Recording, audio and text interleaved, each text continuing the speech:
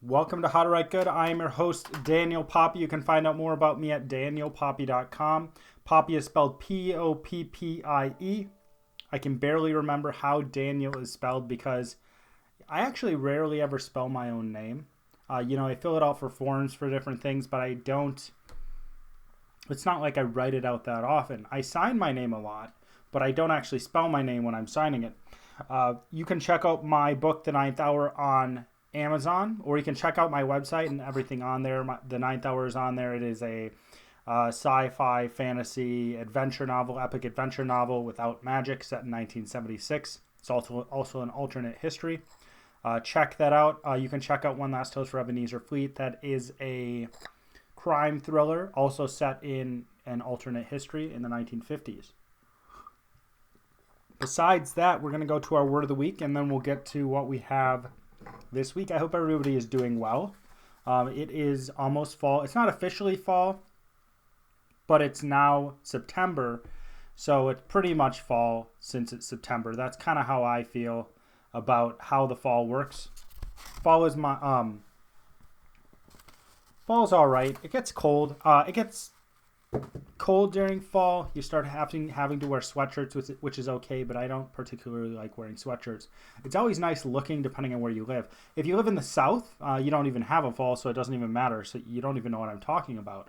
But if you live up north here in the tundra, the fall is nice because it's not 7,000 degrees like it is in the summer, and it's not negative 50, which is almost actually true. I think last winter it was negative 50 degrees below 0 Fahrenheit, and I think that the switch. So if you are someone who uses Celsius, I think the switch is somewhere around negative 40.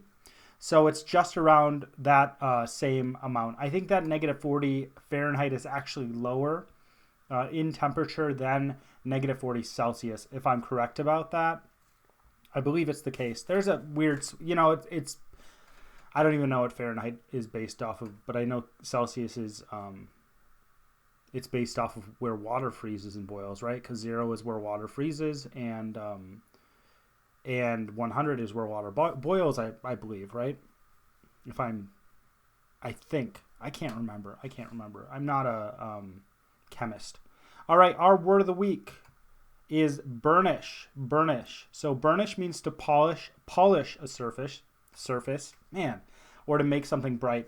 So this is different than tarnish. So tarnish means to, I guess you'd say dull it, right? If something's tarnished, it has, so if you have tarnished silverware, like, actual silverware, the old stuff, it gets tarnished and then you have to polish it up. So when you take tarnished silverware and you polish it up, you're burnishing it. Oftentimes we hear this in terms of bronze, burnished bronze. I guess bronze gets burnished. What I'm wondering now that I'm connecting bronze to burnished is whether there's a connection between the word burnished and bronze, because they do start with B's and they have the R's and they kind of have a similar sound at the beginning. It might not be the case, but it very well might be the case that they're related. Who knows? I'd have to look into that. So burnished, to polish a surface to make brights. And this is a little different episode than usual. I'm trying to find where to put this. Boom. This is a different episode than usual. I'm actually going to be going through, I usually come up with about 25 different ideas for each episode, and then I narrow it down to one, of course, because I'm only doing one. And this week, I decided that I wanted to just think of if I were to meet myself, and if I were to meet myself 10 years ago, so, or maybe a little bit more, and I was in high school, or sometime around that period of my life, what would I tell myself? Because like young people, I worked with a lot of young people, and some young people are they have a lot of support, right? Some young people, they know what's going on, or they have a lot of input from people who are older than them. Some young people don't, right? Some young people are making up as they go along, which I feel like I did, and I still am to a certain degree. I don't feel like I had a amazing plan coming out of high school. I'm sure there's a lot of people who connect to me and think, yeah, when I was coming out of high school, or even when I was coming out of college, I didn't know exactly what was going on. I knew more when I was coming out of college, and you just grow up as well. It's not like if you actually decide to live in the world and figure out how everything works and figure out how you're going to live and how everything's going, how you're going to be successful and different things like that, because you're forced to learn, you learn, right? Because you're forced to be tough, you're tough. You just get better at things. And certainly there's things I don't like in my life because there's very few people that have very cush lives. Most of us are just regular people going on with our lives, and most of us probably don't want to be where we're at. I think that good advice in that sense is to enjoy where you're at and find the good in it. And I'm always trying to do that as well. But if I was to meet my younger self, these are the things I would tell my younger self. And this is the order. I actually put them in the order I decided I wanted to tell. I would tell my younger self in. So maybe there's someone in a similar situation as me. Maybe there's someone who who wants to be a writer or loves writing. Maybe you don't want to be a writer. Maybe you just love writing, or maybe you love a different creative field, or maybe it's just like a career in general, or maybe you want to start a business, right? I think that these can apply to that. I think pretty much all of these can apply to that if you think of it as a based on bigger principles rather than just this focus on writing. But I'm focusing on what I tell myself because it's real. Because I did live through that, and if I lived through something like that, there's bound to be people who lived through something similar. And I think that it's better. I often go back to big principles. I often go back to big ideas, but I think it's always good to try to get grounded where we're at, to actually go back to what is real, to go back to what the experience is, because some people might say experiences don't matter, but that's not true. What we have in our lives is our experiences. And even as we think through something, that is an experience we're having. It's just a thought, an experience that is based on logic or whatever we're thinking about, right? But experience matters because experience shapes our ideas. Experience shapes what we think about ourselves, what we think about other people. Experience shapes what we think about the world and whether we can succeed in all these different things, okay? With experience, I just think it's the case that when you're younger, you have certain experiences, right? You go through something in your life, but then as you get older, you're making decisions, you're trying to figure things out. You're going to have different experiences. You're going to be looking back on that old experience and saying, I didn't think correctly about this. People do get wiser as they tend to get wiser as they get older. It's not always the case, but I think the reason why it's usually been the case that people get wiser as they've gotten older is because they've gone through more difficult things. And as you go through difficult things, you suddenly say, there's a lot more important things to life. And when you find those important things in life, and you look at, so for me, there's certain things I really don't care about. And the reason I don't care about these things is because they're not important. And I've functioned that way, or I haven't found them important. And I've functioned that way the majority of my life, where I've been like, this is important, this isn't important. But as I've gotten older, I've realized, hey, I probably had a bad view on this, or I didn't understand these things completely, or I didn't see the importance of this thing, right?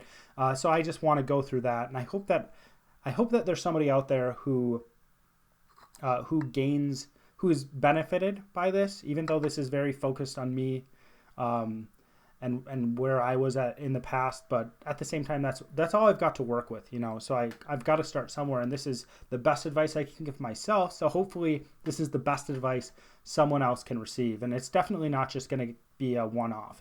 I'm going to talk a little bit about each of these. So with this first one,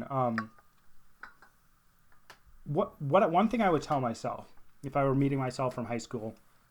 The first thing I would tell myself that is, even if you're not good enough, you can learn to be good enough. And I think that it's fairly evident that I stress this in my podcast, that even if you're not this unbelievable writer, you can learn, right? You can always learn more. And I think when I was younger, I had this idea that you had to be perfect, right? You had to be the best at everything, or if you weren't good at something, you couldn't do that thing. So I had this impression that, hey, I'm not the best at this. I'm not very good at this. Maybe I was good at it, right? But I had the impression that I wasn't. So for me, I essentially wasn't, because I wasn't going to try doing that thing. But for writing, I certainly didn't think I was good at that. I thought it was the case. I thought it was the case that that I wasn't good at it, so I wasn't going to do anything with it, right? And at the same time, if I wasn't good at it, I wasn't going to develop that skill, because I guess I bought into this lie that life is based off of these innate talents. I think a lot of people with creative things, they have this idea that most people who are doing them, who are really good, are just naturally talented, right? Most people who are deciding to be authors, they've just been struck by lightning. These people have been struck by lightning, and because they've been struck by this lightning of genius, they can do things that other people can't. Now, there are people who are extremely intelligent, and I think there are people who are gifted beyond what they've actually practiced in their lives. But the majority of people, and I've said this before too, the majority of people have to actually develop a skill. I know someone who went to school for music, and I think she went to school for teaching in music. I'm not sure. But she, did she play the oboe? She either played the oboe or bassoon, and she always would get mad. And if you're listening to this, you know who you are. She would always get mad. She'd say, you know, people always come up to me, or when they talk to me, they're like, oh, I wish I was as talented as you with playing things. And she would always get mad because she would always think, I put tons and tons of hours in just to play this one single piece. It took tons of time. It took tons of effort. It took me giving up other things to actually be able to do this one thing really, really well. And I saw her recital for it, and it was very, very good. But that's what I'm talking about. Even if you don't know how to do something, even if you're not very good, you can still work hard. You can still take the time. You can still develop. In some cases, it takes a lot of hard work, right? If you're going to be an athlete and you're going to be sprinting, it takes a lot of work that is in the moment. In some cases, it takes a lot of work over a period of time. And I would actually say that second case is more difficult. I think it's more difficult to commit yourself to something that's going to take years, right? Maybe you're not a good writer. Maybe you just started writing. It doesn't mean you can't be a good writer, right?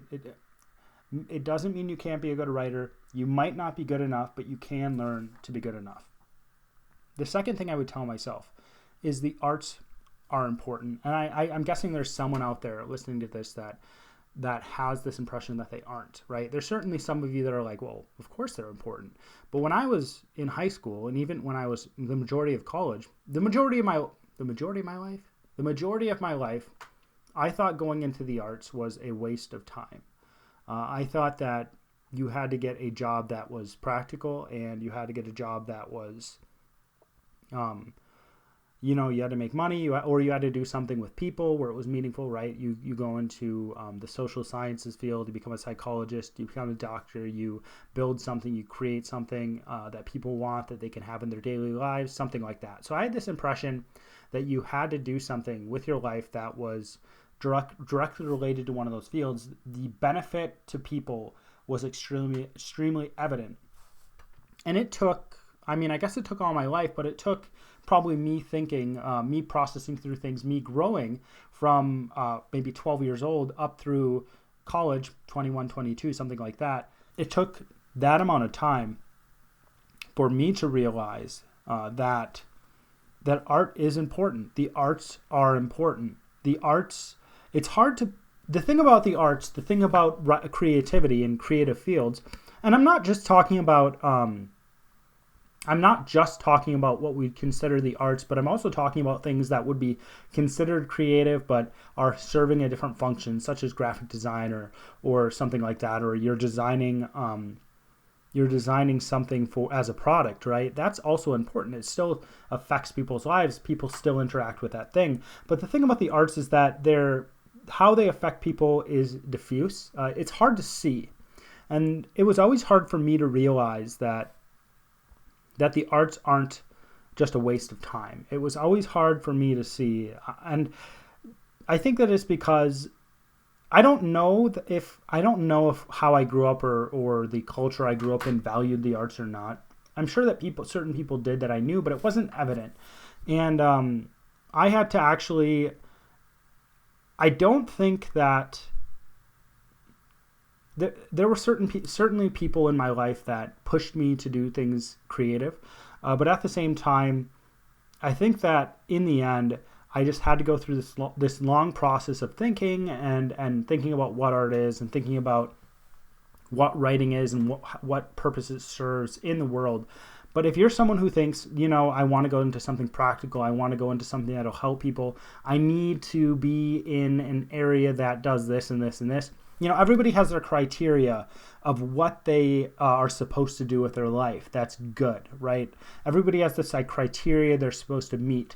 And for me, and even now, I deal with this issue where I think that I'm selfish if I want to do something in writing, right? There's still that back. You don't suddenly get rid of your childhood. You don't suddenly get rid of your past experiences. You continually to carry them along, and you just kind of have to deal with them. That's what I'm noticing.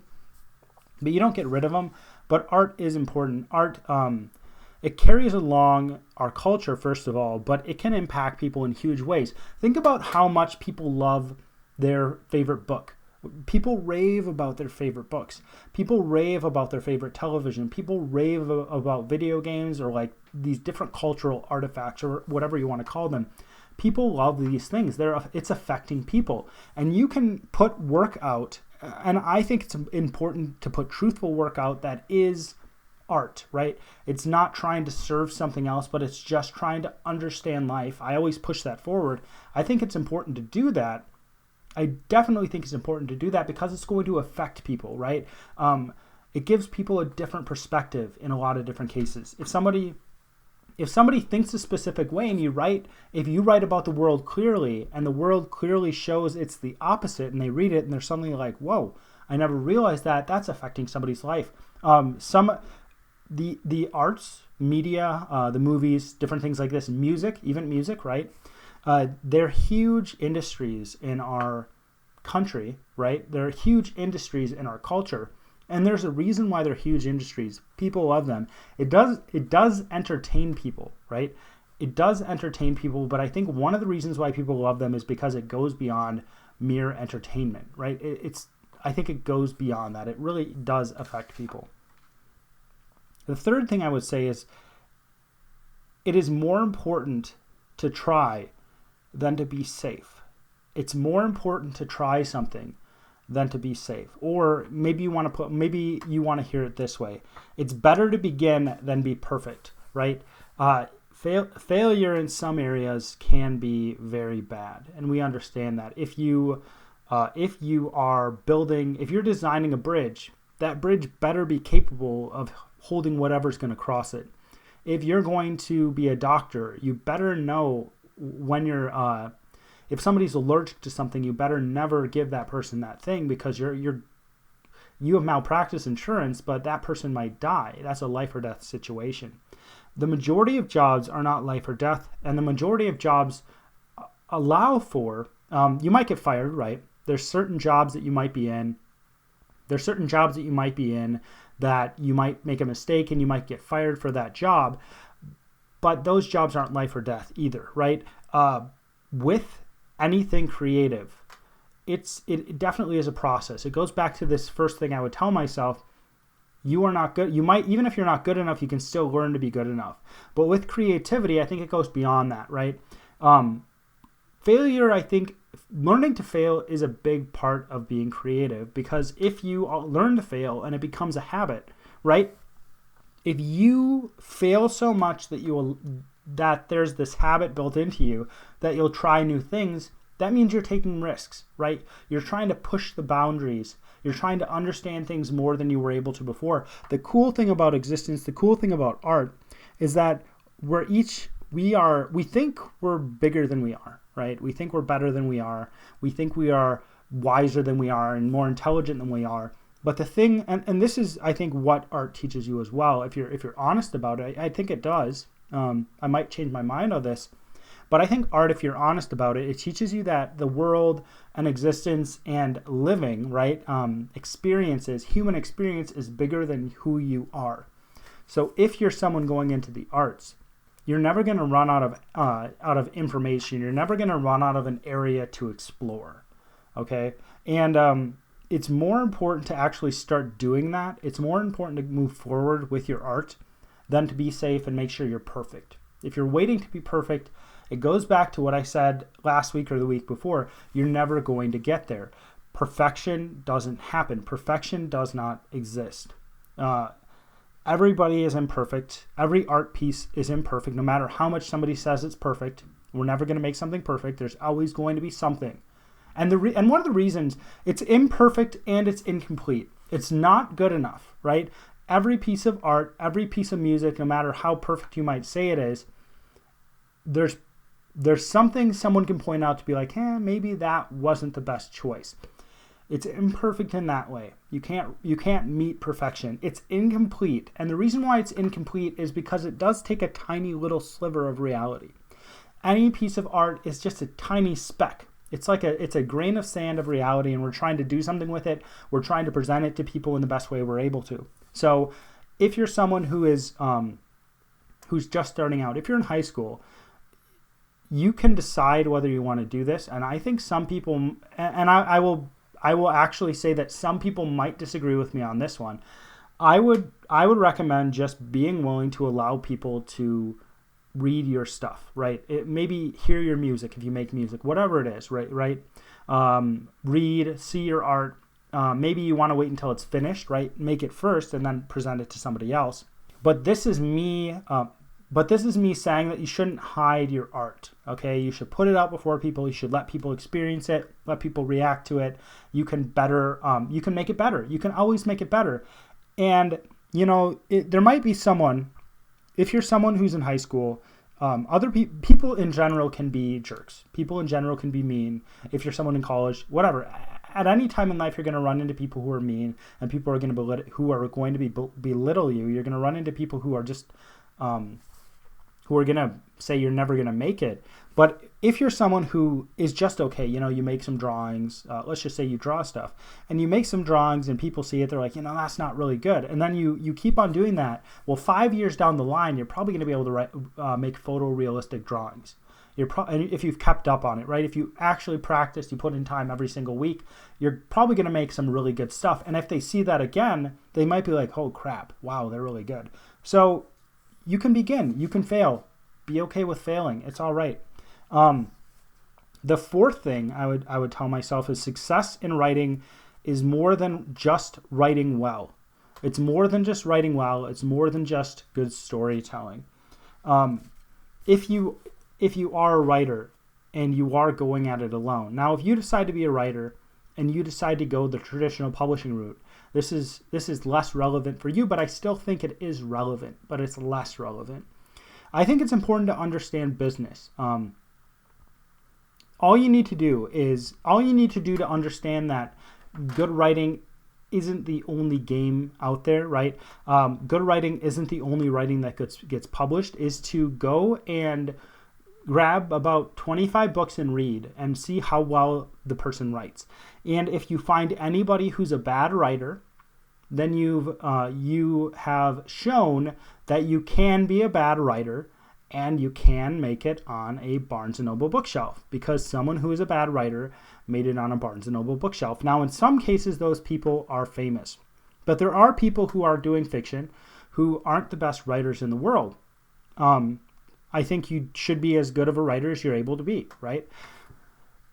But there's more to being a successful writer than just writing really well. You need to know business.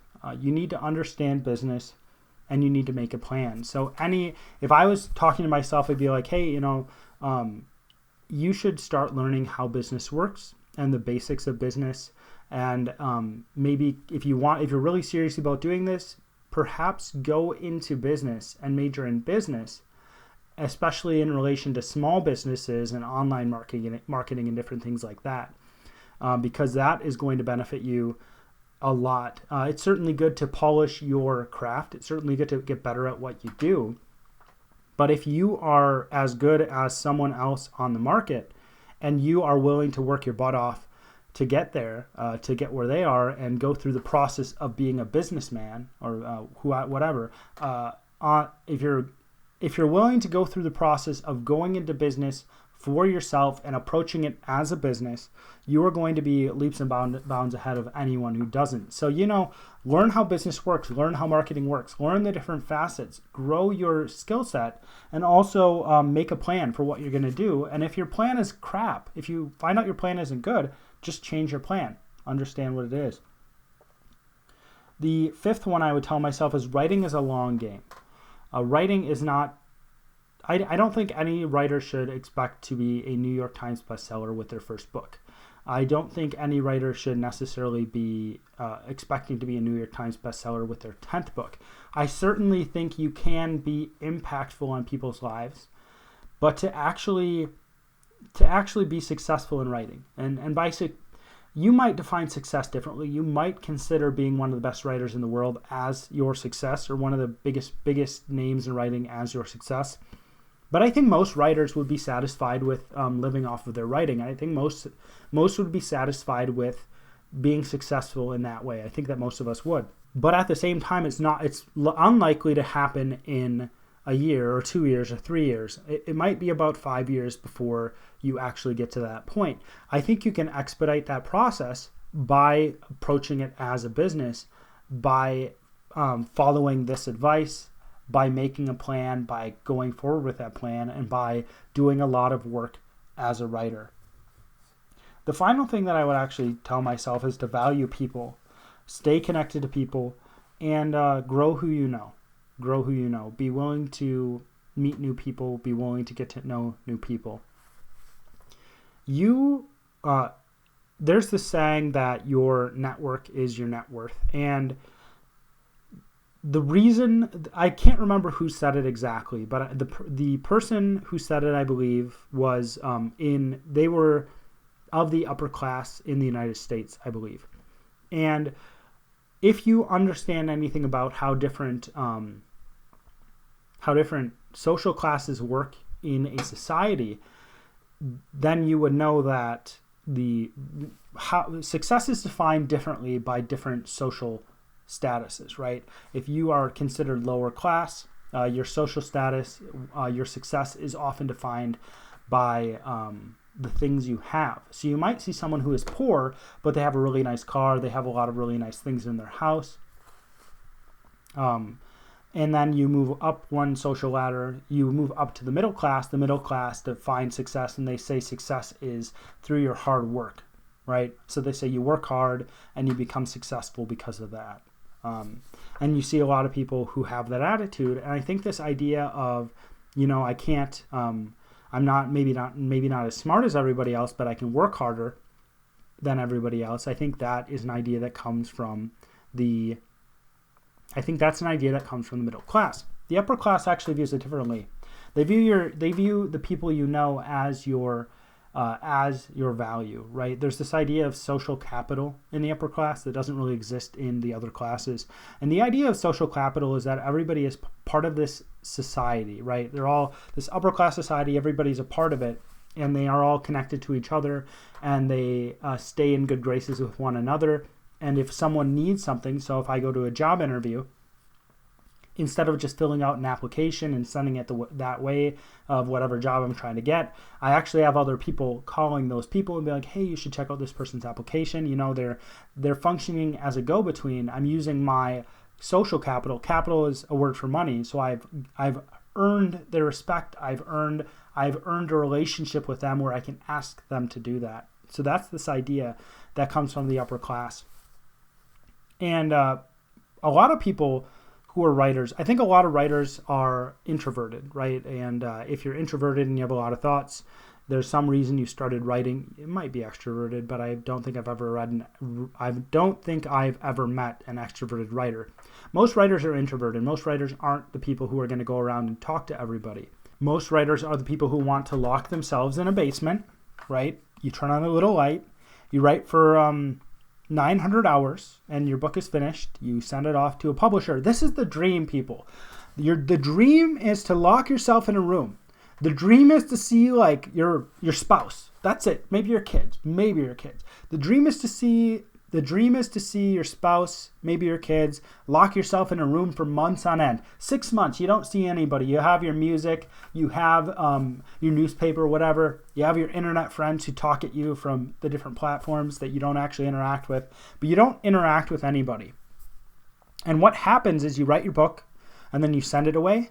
And they're like, yeah, this is great. And you interact a little bit with your agent. You interact a little bit with your editor and the publisher. You get everything done. They're like, yeah, this is awesome. They get everything done for you. They finish the process. They put it out on bookshelves. You make millions of dollars, right? That's the dream. That's the dream. You don't have to talk to anybody ever again. But that's not how it works, right? You are going to find it easier to be successful as a writer, to actually have people who read your stuff. It's going to be easier for people to find your stuff if you're willing to connect to other people. And it can be tough. If you're a writer, if you're an introvert, if you have a certain level of anxiety in your life in relation to other people, maybe that's what drove you to write. It's going to be hard to do that. But I think it's important to do that. It's important to create those connections because when you approach a problem by yourself, you only have your skills. You only have your understanding, your viewpoint. You only have your connections, right? You only have the people you know. But if you know people who will approach a problem with you, right? If you band together with someone else and you have like 7 different people, each person has different skills. Each person has different experiences. Each person has different people they know they can bring in to help you. So you need to take on this more upper class mentality in relation to connecting to people. Now, I don't condone just connecting to people to benefit yourself, but I think you should genuinely connect to other people. I think you should genuinely learn, like other people, connect to them, get to know them, not just for yourself, but so you can actually create this community, so you can actually help them if they need help. You're not just there for yourself, you're there for other people. And I think that one of the reasons, one big issue with our society is that we've lost this idea of community. We don't connect to each other anymore. I think we need to do that. I think it's really, really important that we do that. But in your writing, just think of it. You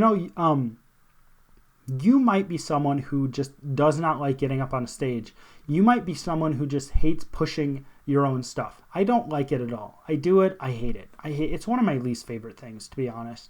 So if there's someone out there who loves doing it and wants to do it for me, yeah, you can contact me and help me with that. But I hate pushing my own stuff. I hate being like, hey, read this, read that. Here's a podcast episode. I'm not a fan of it. I just want it to happen. I'm not good at it. I'm not good at selling stuff. I'm not good at that at all. It's not my personality. There's a lot of other things I'm good at that I think I'm good at, but this isn't. And I know there's a lot of writers who would probably agree with me, who think, I don't want to do this. This isn't fun. I think there's some writers who don't care, but I think there's a lot that are like, I have to try to make people like my stuff. I have to try to get it in front of people. I have to get up on a stage and be like, hey, read this.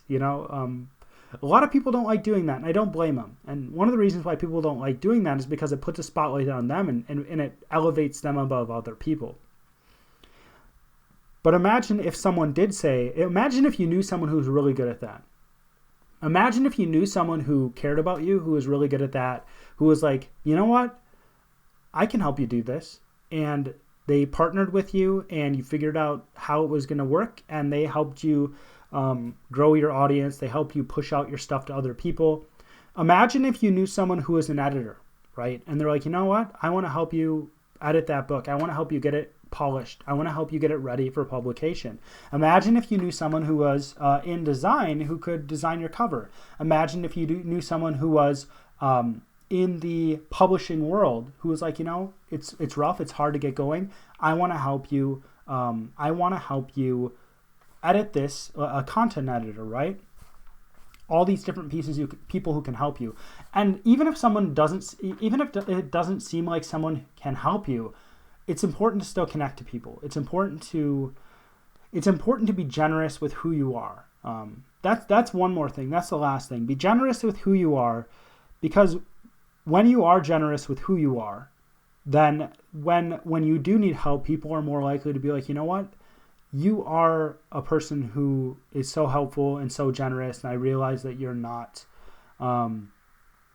I realize you're not doing well. I realize you're having a rough time with this. Let me come alongside you and help you do that as well. And that's a really tough thing, especially if you're going through a difficult thing in your life, especially if you are someone who doesn't have a lot. I found it's actually harder to be generous when you don't have as much. And the reason why it's harder to be generous when you don't have as much is because if you don't have enough and you give some away, then there's this worry that you won't have as much as you need, right? If you don't have any energy and then you decide to be generous with your time, when you come back to that, when you're trying to recoup from the week, there's this fear. There's this fear that, hey, if I give my time to this person, I'm going to be tired. It's going to affect me next week. But I don't know. I guess this isn't what I wasn't going to tell myself. This isn't what I wrote down. But this is just a thought I have, and this is how I'm going to end it up. This is how I'm going to end it. But the more I go through life, the more I think that life doesn't seem to be about being happy, because you can't be happy forever. I don't know if it's about being content either, because it's really difficult to be content. And not that, okay, let me rephrase that. I'm not trying to say this is the sole meaning of life. I'm not trying to say this is what the purpose of life is. I'm trying to say what gives life meaning, right? Across the board, what gives life meaning.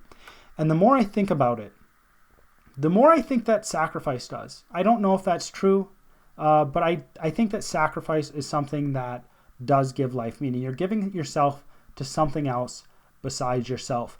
I know that in my life, if I focus on me, if I focus on what I'm doing and there's nothing beyond me, it's a miserable life. And that's what I'm going to leave you with. And I hope that this advice helps you in some way. Congratulations, you got to the end of my podcast. So you either had to listen to my voice or you had to listen to my voice and watch my face, which I don't envy you. Let's just say that. But if you're someone who likes this podcast and you're thinking, I'd like to support him in this podcast or the other creative things he's doing, creative things I'm doing, there's a few things you can do, because some people don't know what they can do to support people who create stuff. So these are the few things you can do that will really, really help me. First of all, check out my website. Check out the other things I'm doing. Second, comment on things, share them, like them, subscribe. Subscribe if you haven't already. And the third thing you can do is give reviews on different places, all right? So the biggest thing for this podcast is going on to iTunes, giving it an honest review, telling people why you like it, telling people why you hate my voice, why you hate my face, but telling people why they should really check it out, despite the fact that I have so many failings in terms of looks and voice. Other than that, if you want to check out my books, grab a copy of the book and listen to the serialized novel. Give digital copies away. That's a really big thing too. I always want to give you something that is valuable to you. I always want to give someone listening to this podcast something that's going to stick with them, or a book that they can actually own. And you can own that book for very, very cheap. So go check that out on Amazon. The different things I said: subscribe, upvote, comment, share, and definitely give it a review on iTunes. All right, as always, my name is Daniel Poppy, and this is How to Write Good.